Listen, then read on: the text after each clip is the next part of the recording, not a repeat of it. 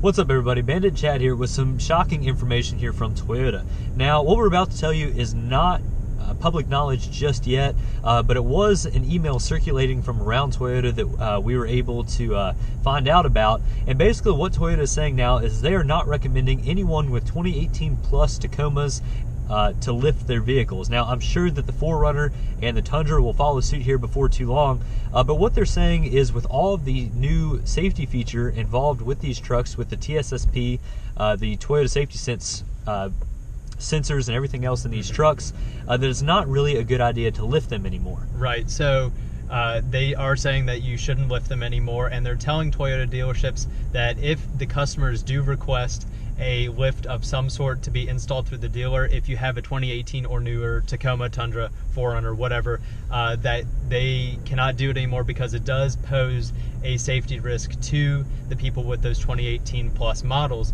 because of all this safety features, because it'll throw a lot of things out of whack. All of your sensors and stuff that are in the front and the mirrors and the back, it'll all be out of calibration. And if you were to get in an accident where some of the safety features would prevent it from happening and it didn't work because of your lift, you can't go back to Toyota and say, hey, what was going on here? And they're like, well, you put a lift on the vehicle and it threw everything out of whack. So basically Toyota is doing this to kind of, just for like insurance purposes, so they don't get in trouble in the event that something bad like this did happen. Exactly. And I'm not going to necessarily say we're in a doomsday situation. This is the end of lifted vehicles and everything else, but certainly when you have more and more autonomous type stuff in your trucks, this is fairly passive technology, but some of it does still affect the way the vehicle drives. But with more and more computers in control, you're going to be able to do less and less modifications to the vehicle. That's just kind of how it works. So with our trucks, where there is no sort of pre-collision detection or anything like that, our trucks are still okay to lift. Now, obviously, they will still drive a little bit different, and they might be slightly more top heavy or slow down slightly worse and everything like that. But they are still okay to lift, and a dealer will still lift the trucks that we have, it sounds like. But if you do get one of those new vehicles with all of the TSS-P technology, you probably won't be able to get a dealer to lift it. Now, that's not saying that you still couldn't lift it. It's just like Chad was saying, they're not responsible if something does malfunction with the vehicle, causing you to wreck or anything else. So it is kind of shocking information. A lot of people do buy Tacomas and Toyotas in general because they do have such a good aftermarket following. However, with all this new information, it kind of remains to be seen what will happen. Now, with the TRD Pro and vehicles like that do come a little bit customized, let's say, from the factory, obviously all of that will still be okay because they receive calibration from the factory that accounts for all of that, a little bit of lift, a little bit of wider track, everything like that. But it's just when you do it by yourself and Toyota doesn't know that you're doing that from the factory, they can't account for all that. So this doesn't necessarily mean that all vehicles in the future cannot be lifted. It actually just means that it's more of a hurdle that we would kind of have to look out for. So there is probably some sort of technology, right, that we'll be able to get our hands on in the future. Right. I mean, we would think so. Now, all of this is speculation, but when you do have, say, engine modifications, they come out with a tuner that allows you to adjust the truck's computers and account for different airflow and everything else. And we would guess that in the future there would be some sort of thing where you could reprogram it to account for the larger tires and everything else. And we've already seen that a little bit in a more basic form, at least, with you can adjust your speedometer for different size tires. It's not just the way the truck comes from the factory and that's the only way your speedometer will work. There are certainly some changes that you can make to all of that to allow all of that to kind of work in harmony, and we would expect that to come in the future. We're not necessarily putting a timeline on it, but we would certainly expect it to happen. Now, at least for right now, it does look like if you do want a lifted truck, it would probably be better off to go with a 2016 or 2017 model if you do want a third gen. We don't have all of that technology, and therefore it will be a little bit easier to work around. However, with all of that Toyota Safety Sense technology, it can be a little bit nicer to drive. They're on the interstate, it can help you slow down and You will have adaptive cruise control and everything like that, which again we don't have, but again it is a little bit easier to modify these trucks at least.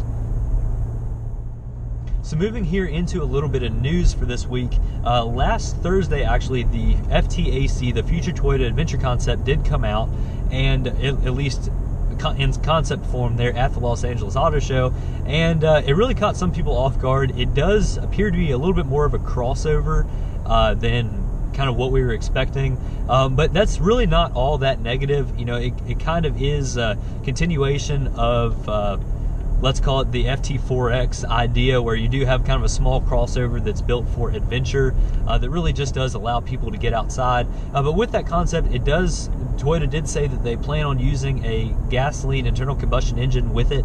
It's at least not hybridized at this time, but we will have a little bit more of a video coming out here before too long regarding all of that.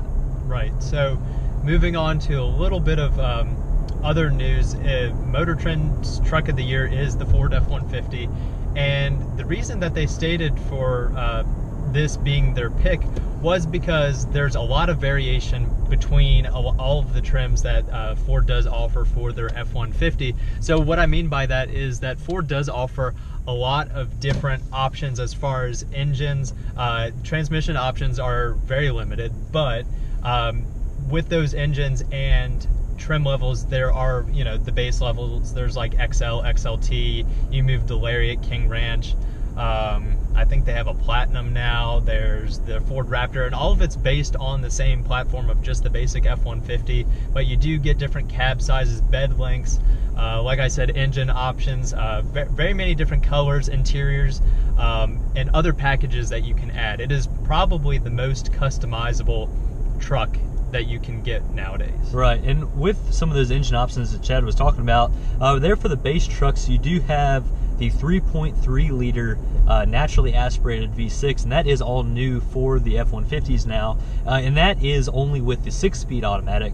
However, a lot of the other trucks are now coming with the 10-speed automatic, and they have all sorts of different engine options here with the 10-speed as well, with the 2.7 liter EcoBoost, the 3.5 liter EcoBoost, which is found there on the Raptor, and still the 5 liter naturally aspirated V8, and a lot of people are really happy that that V8 is sticking around. You know, with Ram and GM, V8 is still the normal option, but Ford does seem to be leaning more towards the V6 and the boosted V6s there with the EcoBoost.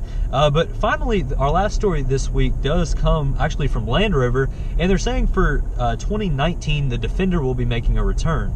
Now, the Defender did go out of production here a little while ago, and it was still a very utilitarian, very hardcore four-wheel drive vehicle, and it's really similar to what Jeep Wranglers were, and the old FJ Cruisers were, or FJ40, you know, those type of vehicles, where it is just very utilitarian based. It's a lot of metal. It's not really about creature comfort. It's just about going out, exploring, and really, you know, conquering the terrain. And they're saying that while the new 2019 Defender will be very you know, capable and reliable and everything, just like the original Defender was, it's not going to be quite as utilitarian.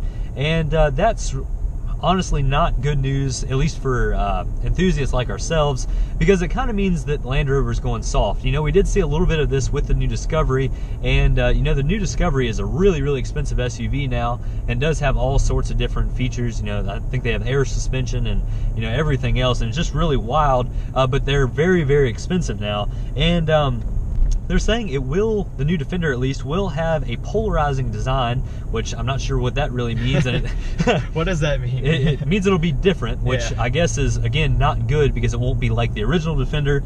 And it says that they'll be introducing all kinds of new technology to keep them relevant. So I think they're realizing that the old Defender was kind of growing stale, and obviously that's why they killed it. But it kind of remains to be seen what this new Defender will bring. Will it be basically a more capable Range Rover Evoque? It really remains to be seen, but if it is coming out in 2019, we shouldn't have to wait too long to figure out what it's all about. So that pretty much wraps up everything we have to talk about for this week. So thank you all very much for watching. Have a fantastic week, everybody. Catch you next time. See you guys.